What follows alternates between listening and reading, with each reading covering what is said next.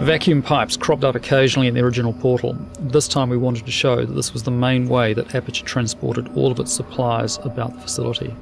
It felt very true to Aperture that it seemed like an inefficient and ridiculously expensive solution to their transport problems. We also wanted it to feel more violent and physical than before, with objects constantly ricocheting against the sides of the pipes. It was as if Aperture had no real control over the system, and no real care for the things they were transporting. After all, they have thousands of things. We felt that most players of Portal, ourselves included, wanted more opportunities to look behind the scenes of Aperture, and not only into deserted crawl spaces, but into the vital heart of the factory. The turret factory was a way for us to satisfy this desire, while also answering the nagging question of where all the stuff in the facility came from. Because we constantly allude to the turret creation process throughout the game, it is satisfying from a story standpoint to finally stand before the machine you've been hearing about. By showing how turrets are made, it's easy enough to extrapolate a similar creation path for all the other items that Aperture generates, only to be consumed by the endless process of product testing.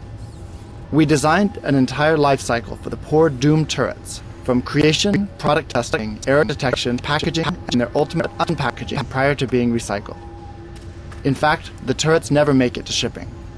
As soon as a turret is completely finished and packed in a box, it is immediately sent to the unboxer, where it goes on to recycling and begins its life anew. Thus, we show Aperture continually building and repurposing its items in the most inefficient way imaginable.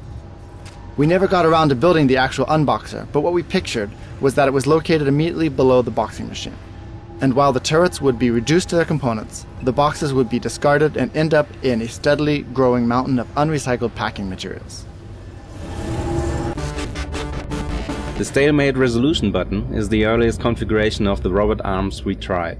Playtesters enjoyed it, but it took us a long time to find the right place for it in the game. It clearly needed to be defending something, and for a while it defended a paranoid personality sphere who had built a huge encampment of defenses to stop you from getting to him. When the idea for the Stalemate button came up, we knew it had finally found its home as part of GLaDOS' last desperate attempt at self-preservation. Our initial idea for this version of Wheatley was to replace GLaDOS' eye with Wheatley's, but it wasn't a big enough change to see the difference.